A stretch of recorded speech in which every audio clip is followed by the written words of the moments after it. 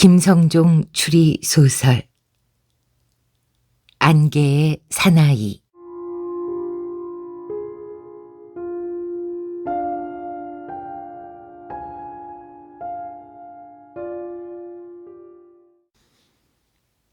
(12장) 침대 위에 드러 누워 있다가 깜빡 잠이 들었던 모양이다.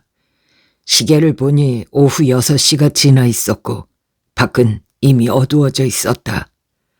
맑은 날에는 8시가 지나야 어두워지는데 날씨가 워낙 험하다 보니 벌써 어둠이 내리고 있었다. 난 트렁크를 열고 둘둘 말아 처박아 두었던 파카를 꺼내 들었다. 파카에 묻었던 유달희의 피는 꽤 넓게 번져 있었는데 그동안 어느 정도 말랐는지 검은 빛을 띤 채 번들거리고 있었다. 난 그걸 뒤집은 다음 다시 둘둘 말아 옆구리에 끼고 밖으로 나왔다. 애견 호텔에서는 1시간 반쯤 후에 오라고 했었다. 그런데 나는 약속 시간보다 거의 1시간이 더 지나서야 그곳으로 갔다. 차도에 가로 넘어져 있던 가로수는 한쪽으로 치워져 있었지만 길에는 여전히 많은 차들이 밀려 있었다. 태풍은 앞을 분간하기 어려울 정도로 무섭게 거리를 휩쓸고 있었고 그 무자비하고 막강한 위력에 나는 흡사 가랑잎처럼 날리면서 애견 호텔까지 가까스로 닿을 수가 있었다. 내가 비에 쫄딱 젖은 모습으로 들어서자 쌍둥이 자매는 반색을 하며 나를 맞았다. 안 오시는 줄 알았어요. 전화해도 받지 않으시고요. 미주는 몰라보게 변해 있었다. 떼국이 빠진 털은 눈처럼 하얀색으로 변해 있었고 검고 큰 두 눈은 생기를 찾아 보석처럼 반짝이고 있었다. 몸에서는 달큰한 향내까지 풍기고 있었는데 그런 걸 아는지 모르는지 놈은 그저 신나서 꼬리만 흔들어댔다. 아주 영리해요. 빨간 에이프런이 말했다. 아, 그래요?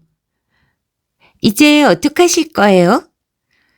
파란 에이프런을 두른 소녀가 호기심 어린 눈으로 날 쳐다보면서 물었다. 글쎄요. 돈도 떨어지고 했는데 보신탕집에나 갖다 줄까? 어머나 아저씨, 그건 말도 안 돼요. 괜히 농담하시는 거죠? 나는 웃으면서 파카로 강아지를 완전히 감쌌다. 그렇게 하면 어느 정도 비는 맞히지 않을 것 같았다. 내가 강아지를 안고 밖으로 나가자 뒤에서 쌍둥이 자매가 합창이라도 하듯 안녕히 가시라고 말했다. 밖으로 나서기 무섭게 갑자기 휘몰아친 비바람에 우산이 뒤집혔고 나는 한 손으로는 파카를 움켜잡고 우산을 원상태로 돌려놓느라 애를 먹어야 했다. 그 사이 내 몸은 흠뻑 젖었고 파카도 빗물에 젖어들고 있었다. 파카로 강아지를 감싼 건 비도 가릴 겸 호텔 방 안으로 놈을 몰래 데리고 들어가기 위해서였다. 호텔 방 안에 개를 데리고 들어가는 건 물어보나 마나 금지돼 있을 게 뻔했다. 놈이 호텔 안에서 낑낑거리지만 않는다면 무사히 데리고 갈 수 있을 거라고 나는 생각을 했다. 다행히 미주는 호텔 로비를 가로질러 갈 때도 엘리베이터를 탔을 때도 죽은 듯이 가만히 있었다. 내가 1509호실 앞에 다가갔을 때 복도에서 서성거리던 젊은 여자 하나가 생글거리며 다가섰다. 실례합니다. 사야마 씨입니까? 여자는 조금 더듬거리는 듯한 일본어로 물었다. 네, 그렇습니다. 갑작스러운 질문에 난 당황해서 그렇다고 대답을 했다. 그때 내 방과 마주보는 방의 문이 열리더니 두 사내가 밖으로 나와 내 옆에 붙어 섰다. 그들의 움직임이 너무도 민첩했기 때문에 나는 손을 쓸 여유도 없었지만 솔직히 말해 그럴 마음도 없었다. 그들한테선 사냥개 냄새가 나고 있었다. 레슬러처럼 생긴 사내가 보란듯이 점퍼자락을 슬쩍 들춰 보였는데 옆구리에 권총이 달려있는 게 보였다. 나는 너무 혼란스러웠기 때문에 잠시 멀거니 그들을 쳐다보고만 있었다. 경찰입니다. 문삼식 씨 맞죠? 레슬러가 내 팔짱을 끼면서 물었다. 무슨 말입니까? 난 일본 사람입니다. 나는 일본어로 말했다. 그러자 젊은 여자가 갑자기 내 앞에 책을 들이밀었다. 그건 내가 쓴 안개의 사나이라는 장편 추리 소설로 뒷표지에는 내 얼굴 사진까지 실려 있었다. 그녀는 그 사진을 내 눈앞에 바싹 들이댔다. 마치 이래도 부인하겠느냐는 듯이. 나는 책에 사진을 실은 것을 후회했지만 이미 엎질러진 물이었다. 원래 나는 책에 사진을 게재하는 걸 싫어했기 때문에 내가 쓴 책들에는 거의 사진이 없었건만 안개의 사나이 경우는 출판사 측에서 어디서 구했는지 턱을 괴고 있는 사진 하나를 내 허락도 없이 멋대로 책에 실었었던 거다. 저 구 작가님 팬이에요. 좋은 자리에서 만나 뵙고 싶었는데. 그녀는 정말 아쉬워하는 것 같은 표정으로 나를 쳐다봤다. 나는 맥이 풀렸고 더 이상 부인할 수가 없었다.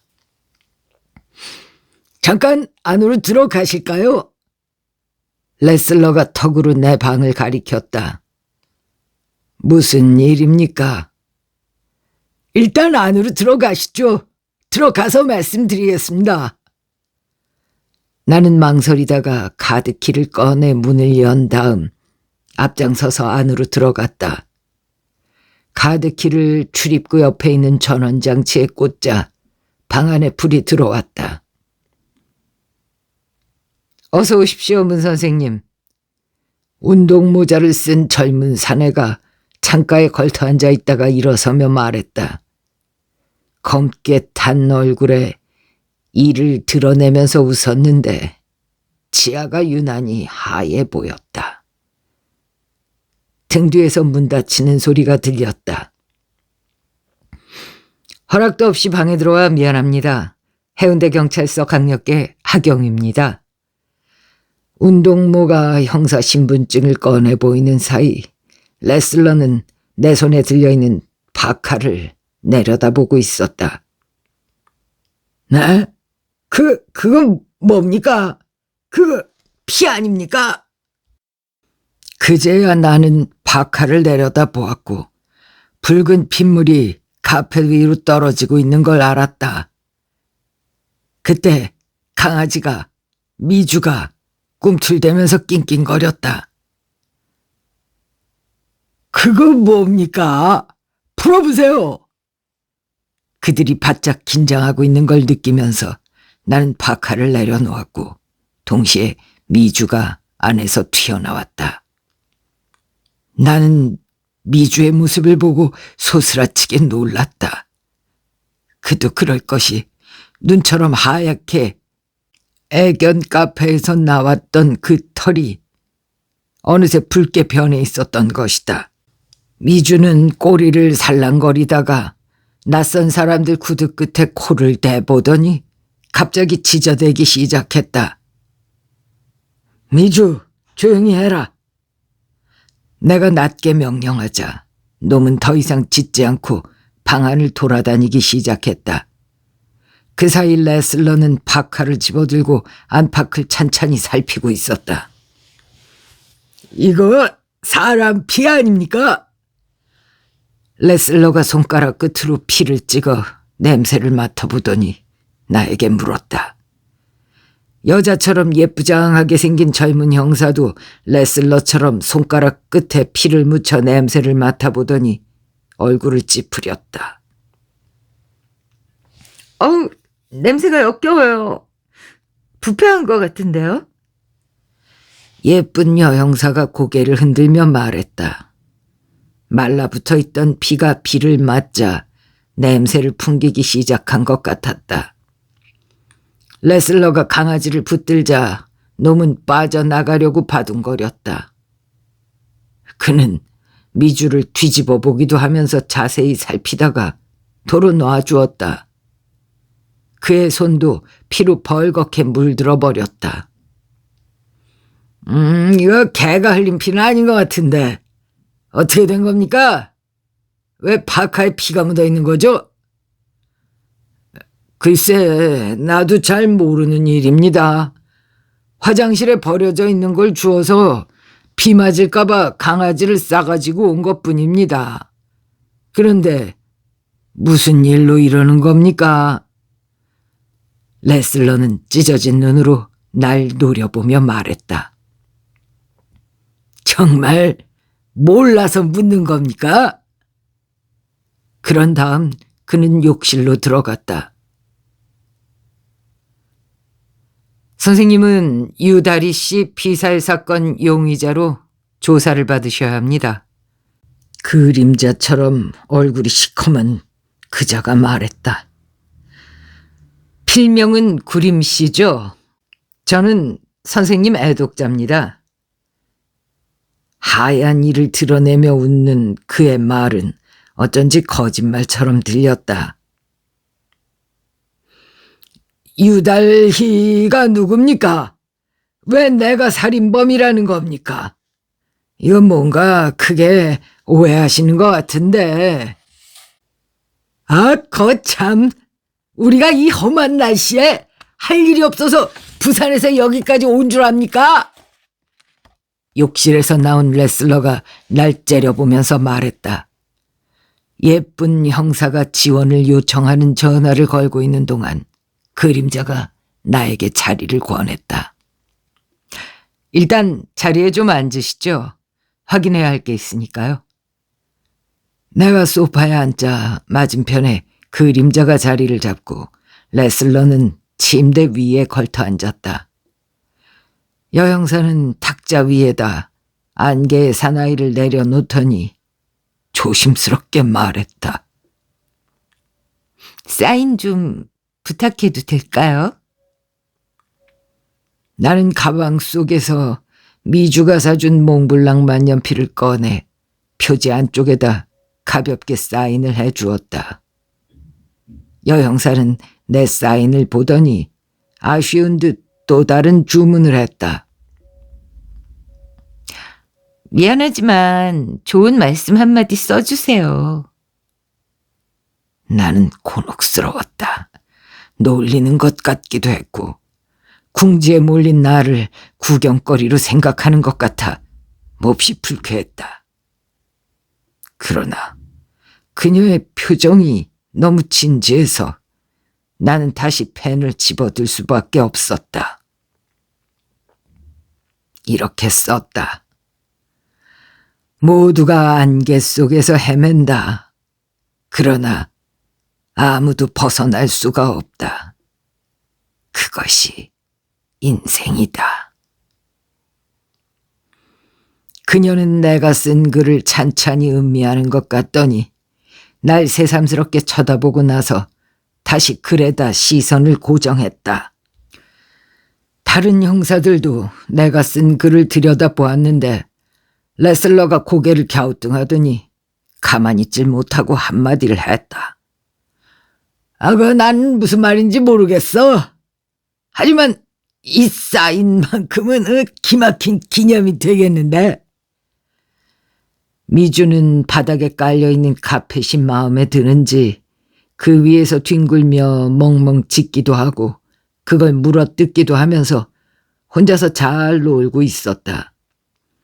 여기저기 빨갛게 물이 든 것도 상관하지 않고 노는데 정신이 팔려있는 모습이 기묘해 보이기까지 했다. 개를 좋아하시나 보죠? 그림자가 물었다. 뭐 별로 그렇지도 않습니다. 여행할 때 개를 데리고 다니십니까? 아닙니다. 그럼 저 개는 뭡니까? 길에서 주운 겁니다. 주인한테 버림받았는지 비를 맞고 떨고 있길래 데려온 겁니다. 어머나, 그러면은 저 개 데려다 기르실 거예요? 여형사가 물었다. 글쎄요. 내가 기를 수는 없겠죠. 그런데 내가 여기 있는 건 어떻게 알았습니까? 나는 궁금해서 견딜 수가 없었다. 수사관들이 이렇게 빨리 나타나다니 나는 믿어지지가 않았다. 그림자가 차가운 눈으로 나를 응시하면서 입을 열었다. 얘기하자면 좀 깁니다. 우리는 지난 나흘 동안 살인범을 찾느라 집에도 못 들어가고 정신없이 뛰어다녔습니다. 그 결과 여기까지 오게 된 거죠.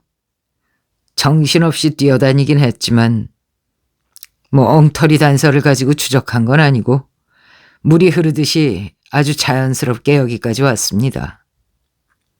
나는 잠자코 그의 다음 말을 기다렸다. 선생님 휴대전화 위치를 추적해 보니까 이 호텔 라운지에서 전화를 거셨더군요. 피아노로 치는 생음악을 들으면서 말입니다. Summertime, 태양은 가득히 주제곡이던가 그런 음악이었죠. 나는 어안이 벙벙해서 아무 대꾸도 할 수 없었다. 귀신 같은 놈이란 생각이 들었다. 처음에는 문삼식이라는 이름으로 투숙한 줄 알고 그 이름을 찾았더니 없더군요. 다른 숙소를 생각해 봤지만 이 근방에는 이 호텔 말고는 선생님 같은 분이 묵을 만한 호텔이 없지요. 그래서 다시 한번 알아봤죠. 이 호텔에 투숙했다면 틀림없이 다른 이름을 썼을 거라고 생각하고. 자세한 건 나중에 서에서 말씀드리죠. 아무튼 그렇게 해서 사야마 게니치라는 일본인 이름으로 투숙한 걸 알게 됐습니다. 보다 확실한 건 이 방에 무단 침입해서야 알게 됐지만 그림자는 점퍼 안 주머니에서 무언가를 꺼내 탁자 위에 던졌다. 일본 여권이 있더군요. 사야마 게니치로라는 이름으로 돼 있고 사진은 선생님 사진이더군요. 서형사가 일본 여권을 펼쳐들고 거기에 붙어있는 사진과 내 얼굴을 번갈아 쳐다보았다. 그림자는 주머니에서 또 다른 여권을 꺼내 탁자 위에 올려놓았다. 그건 한국 여권이었다. 내 트렁크 속에 넣어두었던 걸 그들이 찾아낸 것 같았다. 문삼식으로 된 여권입니다. 미국 여권도 있더군요. 그림자는 세 번째 여권으로 탁 소리가 나게 탁자를 때렸다. 아이, 도대체 여권이 몇 개나 있는 거야, 이거? 레슬러가 미국 여권을 집어들면서 물었다. 그레고리 킴? 사진은 다 똑같은데 세 개 다 국적도 이름도 다르구만. 도대체 당신 정체가 뭐요? 레슬러가 거칠게 물었고 나는 아무 말도 못한 채 머뭇거리다가 일어서려고 했다. 그러자 레슬러가 내 어깨를 눌렀다. 그대로 앉아 있어요. 여권 위조만으로도 당신은 구속 대상이에요. 수갑 채워요. 그림자의 말이 떨어지기 무섭게 레슬러가 내 손목에 재빨리 수갑을 채웠다. 나는 결박당한 손을 물끄러미 내려다보다가 고개를 쳐들었다. 서영이라고 명함을 건네줬던 여형사는 나를 안 됐다는 듯이 쳐다보고 있었고, 여자처럼 예쁘게 생긴 젊은 형사는 내 가방과 트렁크를 여전히 뒤지고 있었다. 레슬러는 나를 일어서게 하더니 손바닥으로 내 몸 여기저기를 툭툭 쳐보고 나서 호주머니 속에 들어있는 걸 죄다 꺼내 탁자 위에 올려놓았다. 그림자는 내 수첩을 들여다보더니 말했다. 알아볼 수 없는 나무들로 가득 찼군요. 이거 당신 간첩 아니야? 레슬러가 내 어깨를 치면서 퉁명스럽게 물었다. 난 대꾸하지 않은 채 그림자에게 질문을 던졌다. 왜 나를 용의자로 보게 됐나요? 모든 건 선생님께서 생존해 계시단 걸 알게 되면서부터였어요.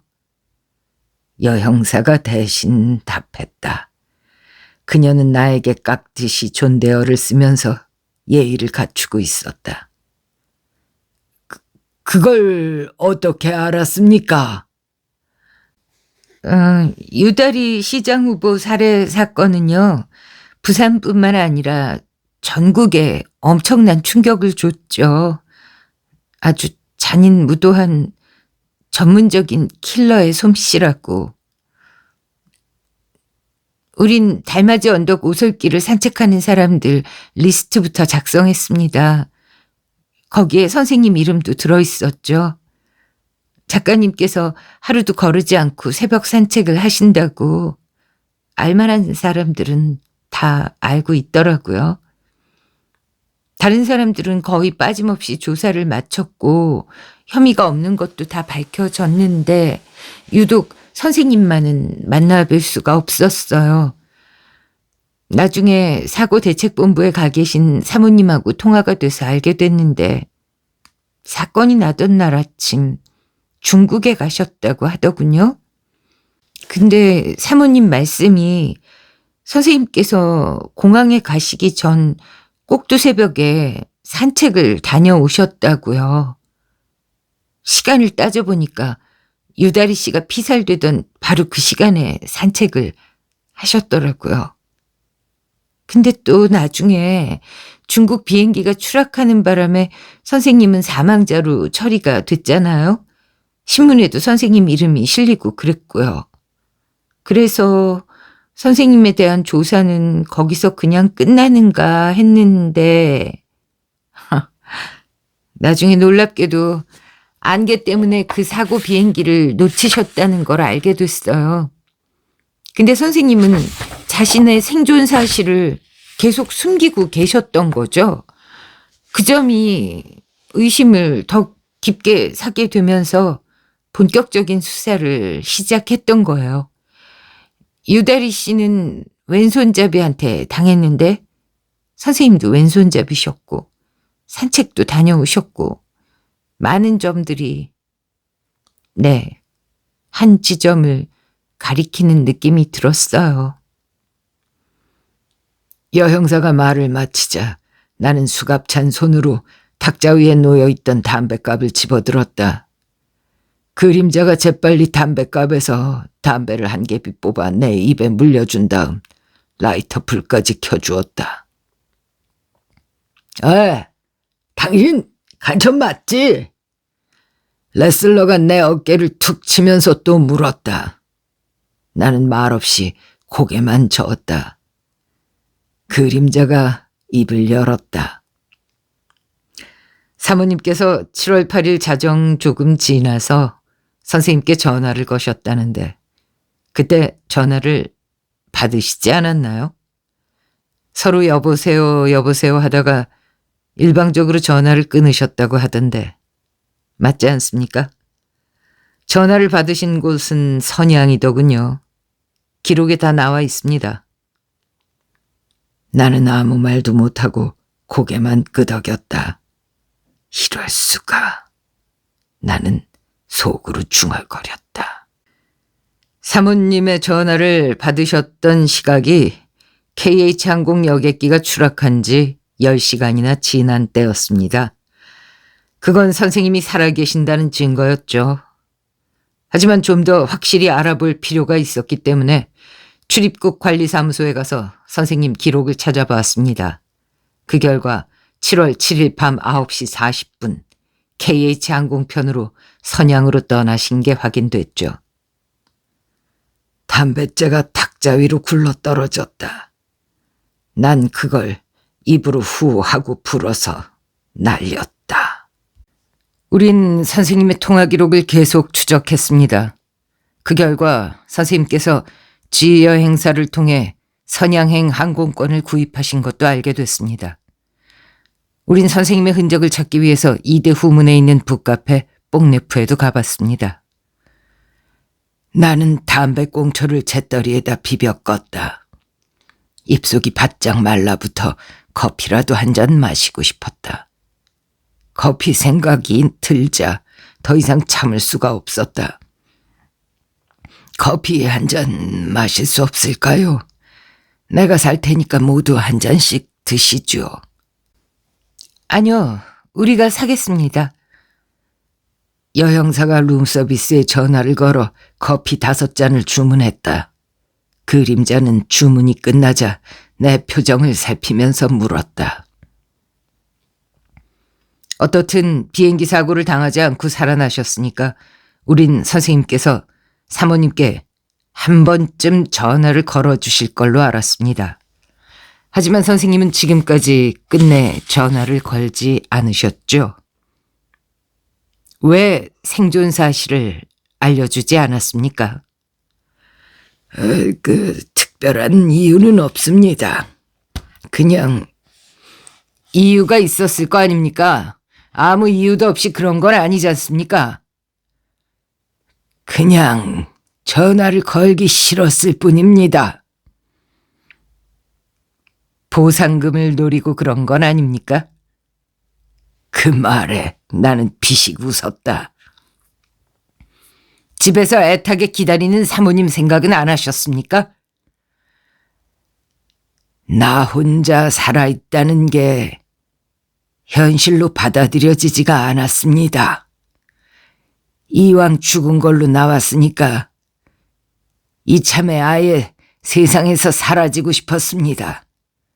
처음부터 그런 생각을 한 건 아니었지만 시간이 흐르면서 그런 생각이 들었습니다.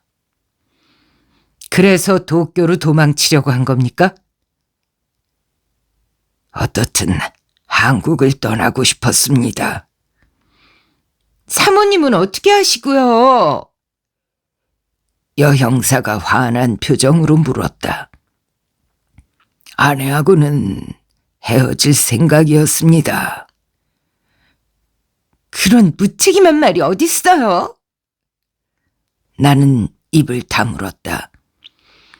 여형사가 화를 내는 이유를 이해할 수가 없었다. 그때 그 예쁜 여형사가 지폐 뭉치를 꺼내놓았다. 원화가 약 250만 원, 달러가 5천, 엔화가 50만입니다. 언제라도 튈 수 있게 준비를 단단히 해놨구만. 레슬러가 말했다. 선생님의 본명은 뭡니까? 문삼식이라고 하지는 않겠죠. 그 이름에 문제가 있습니까? 그들은 모든 걸 다 알고 있으면서 질문을 던지는 것 같았다. 거기 비해 나는 아무런 준비가 돼 있지 않은 벌거숭이나 다름없다는 생각이 들었다. 내 말은 더없이 공허하게 들렸다. 문삼식이라는 이름은 지금부터 32년 전, 정확히 1976년 3월 8일에 사망 선고를 받은 이름입니다.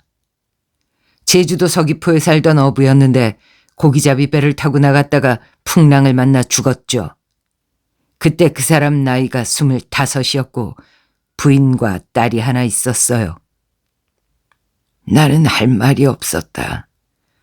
두 손을 결박하고 있는 수갑이 유난히 무겁게 느껴졌다. 선생님은 지금까지 죽은 사람 이름을 도용해서 살아왔어요. 왜 본명을 숨기고 문삼식으로 행세하셨습니까? 물론 그럴 만한 이유가 있었겠죠. 간첩이 아니면 그럴 리가 있겠냐고요. 레슬러가 주먹을 쥐었다 폈다 하면서 말했다. 그때 룸서비스맨이 커피를 들고 안으로 들어왔다. 그는 수갑을 차고 있는 내 초라한 모습과 어수선한 방 분위기, 그리고 피범벅이 된 강아지를 보더니 잠시 어리둥절한 모습으로 서 있었다. 그리고 서영사가 재촉하자 그제서야 잔들을 내려놓고 커피포트를 들어 커피를 따르기 시작했다. 방 안에 개를 데리고 들어오시면 안 됩니다. 커피를 다 따르고 나서 그가 말했다. 레슬러가 경찰 신분을 밝힌 다음 어깨를 두드리자 그는 더 이상 아무 말 못하고 밖으로 나갔다. 자, 이제 말씀하시죠. 본명이 뭡니까? 그림자가 커피를 한 모금 마시고 나서 물었다. 그들이 수갑을 풀어주려고 하지 않았기 때문에 나는 두 손으로 커피잔을 받쳐 들고 커피를 마셔야 했다. 한 손으로 잔을 들 때보다 여간 불편하지가 않았다. 사야마 게니치? 아니면 그레고리 킴인가? 레슬러가 빈정거리는 투로 물었다. 시야마 게니치입니다. 난 귀찮아서 그렇게 대답했다. 거짓말! 레슬러가 쏘아붙였다. 나는 한약을 마시듯 두 손으로 커피잔을 들고 있다가 입으로 가져갔다. 좋아, 당신이 언제까지 본명을 숨길 수 있을지 두고 보면 알겠지. 그래 봐야 하루도 못 갈걸. 취조 전문가들한테 맡기면은 금방 입을 열게 마련이야. 레슬러는 나를 위협하고 싶은 모양이었다. 그때 노크 소리가 났고 문을 열자 몇 사람이 안으로 들어왔다. 강아지가 그들을 보고 짖어대자 누군가가 위협을 했고 그러자 놈은 침대 밑으로 기어들어가 숨었다. 새로 나타난 사람은 모두 3명이었는데 2명은 경찰복 차림이었고 다른 1명은 체크무늬 셔츠에 검은 가방을 들고 있었다. 셔츠 차림의 사내는 가방을 열고 안에서 여러 도구를 꺼낸 다음 파카에 묻은 핏자국을 검사하기 시작했다. 검사가 진행되는 동안 레슬러가 내 휴대전화를 집어들더니 전원을 켰다. 그는 열심히 화면을 들여다보더니 통화 버튼을 눌렀다. 여보세요? 여자 목소리가 선명하게 들려왔다. 그는 볼륨을 최대한 올렸다. 사모님, 안녕하십니까? 누구세요? 경찰입니다. 문삼식 씨한테서는 아직까지 연락이 없죠? 네, 없어요. 문삼식 씨, 저희가 찾았습니다. 지금 저희하고 같이 있습니다. 뭐라고요? 잠깐 기다리십시오. 바꿔드리겠습니다. 그는 득이양양한 표정으로 날 쳐다보면서 전화기를 나에게 내밀었다. 난 그의 야비한 행동에 화가 났지만 잠자코 그걸 두 손으로 받아서 잠시 내려다보았다. 여보세요? 여보세요? 아내의 목소리가 다급하게 들려오고 있었다. 그거 전화 받지 않고 뭐해요? 한마디 해요. 레슬러가 나를 재촉했다. 난 전화를 끈 다음 그걸 내려놓고 그를 쏘아보았다. 고참 이상하네. 전화는 왜 안 받아요? 그때 전화벨이 울렸다. 레슬러가 전화기를 집어들자 그림자가 못마땅한 표정을 지었다. 왜 쓸데없는 짓을 하느냐고 나무라는 것 같았지만 굳이 입 밖에 꺼내 말하지는 않았다. 여보세요? 아내의 달뜬 목소리가 들려왔다. 사모님, 남편분께서 전화를 받지 않겠답니다. 왜 그러는지 이해가 가질 않네요. 우리 좀 이따가 부산으로 내려갈 거니까 남편분 만나고 싶으시면 내일 해운대 경찰서로 오세요. 오늘 밤은 늦을 것 같으니까 내일 아침에 오세요. 그림자가 전화기를 빼앗다시피 가져가더니 전원을 꺼버렸다. 그때 감식 요원이 허리를 펴면서 말했다. 이거 사람 피입니다. 혈액형은 AB형? 나흘 정도 지났는데요. 셔츠 차림의 사내는 손에서 고무장갑을 벗은 다음 담배를 피워 물었다. 유다리 씨 혈액형하고 같구만요. 레슬러가 날 노려보며 말했다. 혈액형은 얼마든지 같을 수 있어. DNA 검사를 하면 확실한 걸 알 수 있겠지. 그림자가 말했다. 나를 쳐다보는 그의 얼굴에서는 미소가 사라져 있었다. 저희하고 함께 부산으로 내려가셔야겠습니다. 왜 그래야 합니까? 쓸데없는 질문인 걸 알면서도 나는 멍청하게 물어봤다. 유다리 씨 살인 혐의를 벗어야 하지 않겠습니까? 말이란 한번 뒤집어 하면 참 이상하게 들린다고 나는 생각했다. 자, 정리하자고. 이제 가야지. 차 가져왔나? 그림자가 경찰복 차림 순경에게 묻자 그는 차렷 자세로 대답했다. 호텔 앞에 주차시켜놨습니다. 레슬러가 내 손목에 채워진 수갑 한쪽을 풀어 자기 왼쪽 손목에다 걸었다. 이제부턴 그와 함께 움직여야 한다는 사실이 난 몹시 괴로웠다. 하지만 싫다고 해서 거절할 권한도 나에겐 없으니까. 나는 그들이 시키는 대로 할 수밖에 없는 처지였다. 강아지를 데리고 가고 싶은데. 내가 일어서자 미주는 내 앞으로 달려와 꼬리를 흔들기 시작했다. 알겠습니다. 그림자가 고개를 끄덕이는 걸 보고 난 허리를 굽혀 수갑이 채워지지 않은 왼손으로 강아지를 안아들었다. 피에 젖어있던 강아지 털은 어느새 말라 있었다. 형사들은 사람 피가 묻은 강아지에 손대는 걸 싫어하는 것 같았다. 놈은 나를 지 어미쯤으로 생각하는지 내 가슴 속으로 파고들었다. 예쁜 형사가 내 트렁크에서 꺼내놓았던 물건들을 급하게 다시 쓸어 담았다. 그걸 보고 그림자가 주의를 주었다. 서 형사, 서두르지 말고 찬찬히 챙겨. 박하는 젖었으니까 비닐봉지에 따로 넣고. 알겠습니다. 그는 박하를 비닐봉지에 넣은 다음 트렁크 속에 집어넣었다. 호텔 앞에는 소형 승합차가 세워져 있었다.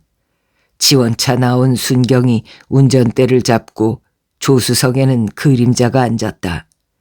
차에 오르자 레슬러는 자기 손목에 채워져 있던 수갑 한쪽을 푼 다음 그걸 내 손목에 마저 채웠다. 소변 보고 싶으면 말해요. 예쁜 여형사가 내 왼쪽에 붙어 앉으면서 말했다. 다른 순경 한 명은 내 오른쪽에 자리를 잡았다. 여형사는 내 뒤쪽에 있는 자리로 옮겨갔고 레슬러는 맨 뒤로 가더니 하품을 하면서 들어눕는 것 같았다. 운전대를 잡은 순경은 태풍을 뚫고 부산까지 내려간다는 게 영 꺼림칙했는지 적잖게 걱정을 하면서 차를 출발시켰다. 강변도로는 그래도 가로등이 빛을 뿌리고 있어서 시야를 확보하는 데 좀 나은 편이었다. 그러나 고속도로에 접어들자 캄캄한 어둠과 함께 거센 비바람이 미친 듯 몰아치고 있었기 때문에 헤드라이트 불빛만으로는 앞을 분간하기가 여간 어렵지 않았다. 강풍에 차가 뒤집힐 듯 흔들리기까지 하는 바람에 차는 처음부터 속력을 낼 엄두도 내지 못한 채 군뱅이처럼 조심스럽게 느릿느릿 굴러갔다. 누군가가 그런 식으로 가다간 부산까지 10시간도 더 걸리겠다고 말했지만 젊은 순경은 아무 대꾸도 하지 않은 채 속도계 바늘을 시속 40km 정도에 고정시킨 채 차를 계속 몰았다. 속력 잘못 냈다가 차가 뒤집힐지도 모르니까 천천히 가요. 언제 도착하든 상관없으니까 사고만 내지 말고 천천히 가라고. 조수석에 앉은 그림자가 운전석 순경에게 말했다.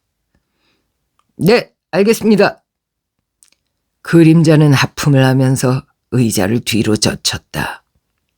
미주는 내 무릎 위에 자는 듯이 엎드려 있었다. 놈도 험악한 날씨에 겁을 집어먹은 것 같았다. 정체가 뭔지 도무지 알 수 없는 사람을 만나기는 처음입니다. 추리 작가가 본업은 아니죠? 그림자가 물었고 나는 잠자코 있었다. 상대방이 모르고 있는데 내가 굳이 나서서 내 본업이 살인 청부업자요 말할 이유가 없다. 그게 무슨 자랑이라고 밝힌단 말인가. 상대가 모르는 한 난 죽을 때까지 그 비밀을 간직하고 있다가 죽음과 함께 무덤 속으로 가져갈 생각이었다. 내가 가지고 갈게 그것밖에 또 뭐가 있겠는가. 참, 나중에 확인한 거지만 그날 아침 안개 때문에 아시아나기가 제 시간에 뜨지 못한 건 선생님께는 큰 행운이었습니다. 승객 명단에서 선생님 성함을 발견하고 참 반가웠습니다. 그 바람에 중국 가는 비행기 놓치신 건 정말 천만다행이었죠. 그런 운을 천운이라고 하지 않나요? 난 운명이란 걸 믿지 않는다고 말하고 싶은 걸 꾹 참았다. 차는 요동치며 굴러가고 있었다. 차창은 빈틈 하나 없이 닫혀 있었지만 비바람 소리가 시끄럽게 들려오고 있었다. 그러나 나는 이상할 정도로 평온함을 느끼고 있었다. 그렇게 편안해 보기는 참으로 오랜만인 것 같았다. 앞으로 닥쳐올 일들에 대해 두렵다거나 절망감을 느낀다거나 하지도 않았다. 비바람이 소용돌이치고 있는 어둠 저쪽으로 불빛들이 희미하게 나타났다가 사라지곤 했다. 대형 트럭이 지나가고 뒤이어 버스가 나타났다가 또 곧 어둠 속으로 사라졌다. 도로 옆에 찌그러진 차들이 처박혀 있는 게 잠깐 보였지만 차들은 다 그냥 지나치고 있었다. 찌그러진 차에서 연기가 피어오르고 있었고 그 옆에 선 사람들이 구조를 요청하는 듯 손을 흔들어대고 있었다. 문득 내 목에 밧줄이 걸린다면 난 유서 하나 없이 담담한 마음으로 받아들일 수 있을 것 같았다. 그와 함께 나에게 잠깐 동안의 자유가 주어진다면 나는 비바람 속에 벌거벗은 채 맨발로 어둠 속을 걸어보고 싶었다. 경찰이 뒤에서 총을 겨누며 멈추라고 명령해도 듣지 않고 그대로 걸어갈 것 같았다. 13장. 며칠 후 현장 검증이 있었다. 내 파카에 묻은 핏자국이 DNA 검사를 통해 피살자 유다리의 것으로 판명됐기 때문에 내가 움직일 수 없는 유다리 살인범으로 현장 검증에 끌려간 건 아주 당연한 일이었다. 달맞이 언덕은 짙은 안개에 쌓여 있었다. 거기다 비까지 추적추적 내리고 있었기 때문에 현장 검증에는 별로 사람들이 없을 거라고 수사관들이 주고받는 말을 들은 터라 나는 그러려니 생각하고 있었다. 그런데 그게 아니었다. 살인사건 현장으로 가는 길목부터가 구경꾼들로 점령당해 있었다. 수사관들은 잔뜩 긴장해서 나를 애워쌌다. 경찰들이 두 줄로 서서 구경꾼들을 밀어붙이면서 길을 켜주고 있었지만 난 어쩔 수 없이 사람들에게 이리저리 떠밀리면서 앞으로 나아갈 수밖에 없었다. 내 손목엔 수갑이 채워져 있었고 그것도 모자라 두 팔을 움직이지 못하게 허리에 바짝 붙여 밧줄로 묶은 다음 그 끝을 등 뒤에 단단히 동여맸기 때문에 꼼짝없이 도살장에 끌려가는 짐승 같다는 생각이 들었다. 이 개새끼! 갑자기 주먹이 날아와 내 얼굴을 강타했다. 경찰이 막고 있었지만 구경꾼들 가운데 적개심을 가진 거친 자들을 막아낸다는 건 거의 불가능한 일이었다. 마음만 먹으면 날 때려 죽일 수도 있을 정도로 구경꾼들의 기세가 경찰을 압도하고 있었다. 저런 새끼는 죽여야 돼! 재판 필요 없어! 이 개새끼! 코피가 터져 엉망이 된 내 얼굴 위로 침이 날아들었다. 돌을 던지는 사람도 있었고 나무로 내 뒤통수를 후려갈기는 사람도 있었다. 머리에 검은 띠를 두른 남녀들이 주먹을 불끈 쥐고 유다리의 이름을 연호하면서 분노에 찬 눈물을 흘리기도 했다. 그의 선거운동원들이나 지지자들 같았다. 유다리 살려내라, 이 자식아! 이 개만도 못한 놈아! 유다리 살려내! 어떤 노인이 몸부림을 치면서 울부짖고 있었다. 마치 짙은 안개가 구경꾼들 사이를 맴돌며 그들의 광기를 부채질하는 것 같았다. 코피가 입을 타고 가슴 위까지 흘러내리고 있었지만 나는 손을 움직일 수가 없어 그대로 내버려둘 수밖에 없었다. 가까스로 정자에 이르자 그 여형사가 휴지를 꺼내 급히 코피를 닦아주면서 속삭이는 소리로 말했다. 선생님이 살인범이라고 해도 제가 선생님 소설 팬이라는 사실을 취소할 생각은 없어요. 나는 그녀를 보고 미소를 지어 보였는데 나중에 신문에 난 기사를 보니 범인이 미소까지 지으면서 유다리를 살해하는 장면을 재현해 보였다고 쓰여져 있었다. 사람들이 하도 욕설을 쏟아대는 통에 수사관들은 현장 검증을 제대로 진행할 수 없을 정도였다. 나는 몽둥이로 얻어맞기도 하고 주먹질, 발길질에 넘어지기까지 했는데 뒤늦게 경찰 병력이 더 투입되면서 가까스로 성난 구경꾼들로부터 차단되어 현장 검증에 나설 수가 있었다. 당신이 여기 도착했을 때 몇 시였죠? 레슬러가 물었다. 5시 좀 지나서였습니다. 5시 10분? 그보다는 조금 더 지났을 겁니다. 그럼 20분? 나는 고개를 끄덕여 주었다. 예쁜 형사가 나의 말을 받아 적고 있었고 그림자는 조금 떨어진 곳에서 내 움직임을 주시하고 있었다. 내가 대충 말하면 경찰도 대충 알아서 적는 것 같았다. 사실 정확한 시간대를 일일이 기억한다는 건 불가능한 일이다. 그걸 알고 있으면서도 굳이 시간을 물어보는 건 형식적으로나마 보고서의 구색을 갖추기 위해 그러는 것 같았다. 우 형사님, 제가 마저 할게요. 피살자를 처음 본 건 몇 시쯤이었나요? 여기 도착했을 때니까 5시 20분경이었을 겁니다. 그때 피살자는 어디에 있었나요? 저기 바위 위에 바위 위에 서 있었나요? 바다를 향해 앉아 있었습니다. 앉아서 뭘 하고 있었나요? 그냥 앉아 있었는데 얼굴이 보이지 않아 뭘 하고 있었는지는 모릅니다. 정조하고 있는 모습이 명상에 잠겨 있는 것 같았습니다. 매일 새벽에 거기에 앉아 명상한다는 말을 들었습니다. 형사 한 명이 피살자처럼 바위 위에 올라가 앉았다.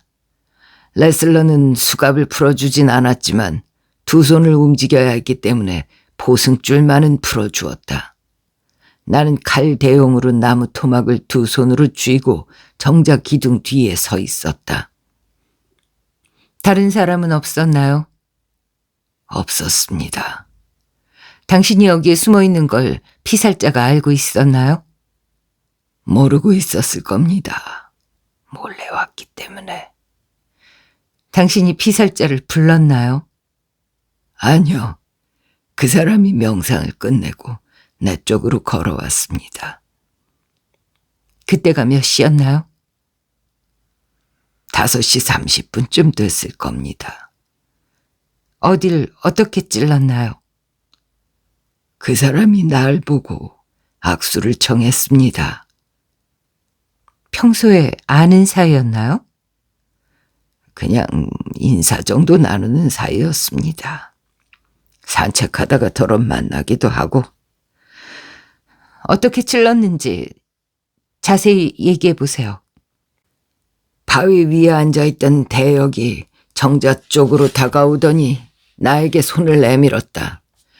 나는 왼손에 나무 토막을 든 채 수갑찬 두 손으로 그와 악수를 나누다가 나무 토막으로 그의 왼쪽 가슴을 찔렀다.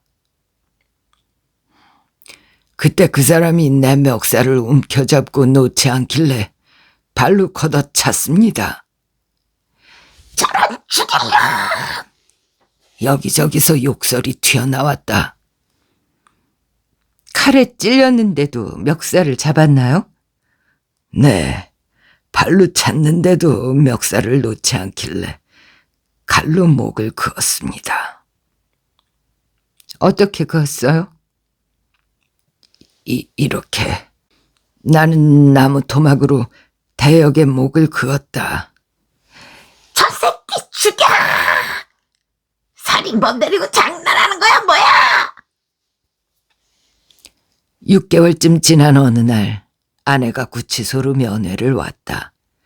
나는 항소를 포기했지만 1심에서 사형 언도를 받은 사람은 자동적으로 대법원 판결이 날 때까지 기다려야 하기 때문에 나는 아직 미결수, 교도소가 아닌 구치소에 수감돼 있었다. 아내는 조금 수척해져 있었고 냉랭한 눈으로 날 쏘아보다가 갑자기 울기 시작했다. 자기 신세가 한탄스러워서 그러는 것 같았다. 이왕 죽을 거면 차라리 비행기 타고 가다가 죽을 거지. 그녀는 핏발선 눈으로 나를 노려보며 말했다. 비행기 사고로 죽으면은 보상금이라도 받아. 어? 난 뭐야? 이게 뭐냐고! 그녀는 어깨를 심하게 들썩이며 흐느껴 울었다. 그러다가 갑자기 울음을 그치면서 말했다. 이혼해 주세요. 알았어. 좋을 대로 해요. 아내는 하염없는 눈길로 나를 쳐다보다가 고개를 돌렸다. 당신이라는 사람 도무지 알 수가 없어요. 이런 법이 어딨어요. 마지막으로 진짜 이름이 뭔지는 가르쳐 줄 수 없어요? 나만 알고 있을게요. 나는 대답하지 않은 채 가만히 있다가 미안하다고 말했다. 미안하다는 말 한마디로 넘어갈 일이에요. 탁자 위에 올려놓은 그녀의 투박스러운 두 손이 바들바들 떨리고 있었다. 강아지는 잘 있나? 그녀는 고개를 끄덕였다. 그 강아지 이름은 미주야. 미주라고 불러요. 그녀는 입술을 깨물며 일어섰다. 내가 체포된 뒤 언론에서는 내 이름을 놓고 한동안 혼란을 겪은 것 같았다. 본명을 모르니 문삼식이라는 가명을 쓰는 곳도 있었고 어떤 곳에선 구림이라는 필명을 사용하기도 했다. 하지만 그 어떤 것도 본명이 아닌 만큼 기사를 주무르는 기자들은 성에 차질 않았고 그래서 상의 끝에 안개의 사나이라는 별칭을 사용하기로 의견 일치를 본 것 같았다. 그런 별칭을 지어낸 데에는 담당 수사관들의 조언도 있었다고 하는데 그런 다음부터는 모든 매체에서 일제히 나를 가리켜 안개의 사나이라고 부르기 시작했다. 물론 그러는 동안에도 경찰은 물론 기자들 역시 내 정체를 밝히려고 무진 애를 썼지만 끝내 알아내진 못한 것 같았다. 살인범의 본명 하나 밝혀내지 못하는 경찰의 무능을 질타하는 어느 신문의 칼럼 제목에는 이런 것도 있었다. 안개의 사나이, 끝내 안개 속으로 사라질 것인가.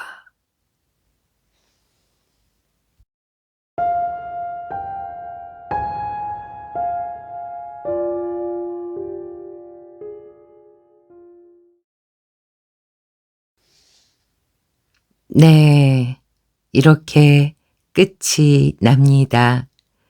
제가 2부인가 엔딩에서 제 뇌피셜을 말씀드린 적이 있죠. 이것이 하나의 실화에 기반한 속죄가 아닐까 하는 그런 상상을, 허황된 상상을 제가 했었다고요. 이 소설 끝까지 들으시니까 제가 그런 상상을 했을 수도 있겠다. 공감이 되시지 않습니까? 그러니까 딱 사나흘 동안 벌어진 일이에요.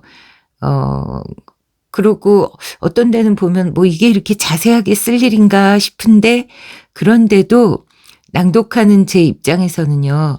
저희는 이제 라디오 드라마 뭐 외화할 때 대본 뭐 애니메이션도 그렇고 대본을 많이 보잖아요. 그러면 참 잘 쓴 대본이다. 이 대본은 좀 별로다. 이 감이 생긴단 말이에요. 근데 정말 별거 아닌 씬을 쓰시는데도 김성종 선생님의 작품은 사람을 몰입시키는 그 힘이 있습니다. 이런 걸 천재성이라고 하는 거겠죠.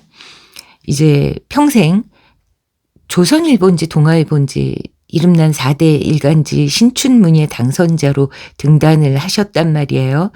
그래서 순수 문학계에서도 당연히 인정을 해야 될 필력이고 구성력은 뭐 넘사벽 대한민국 최고시고.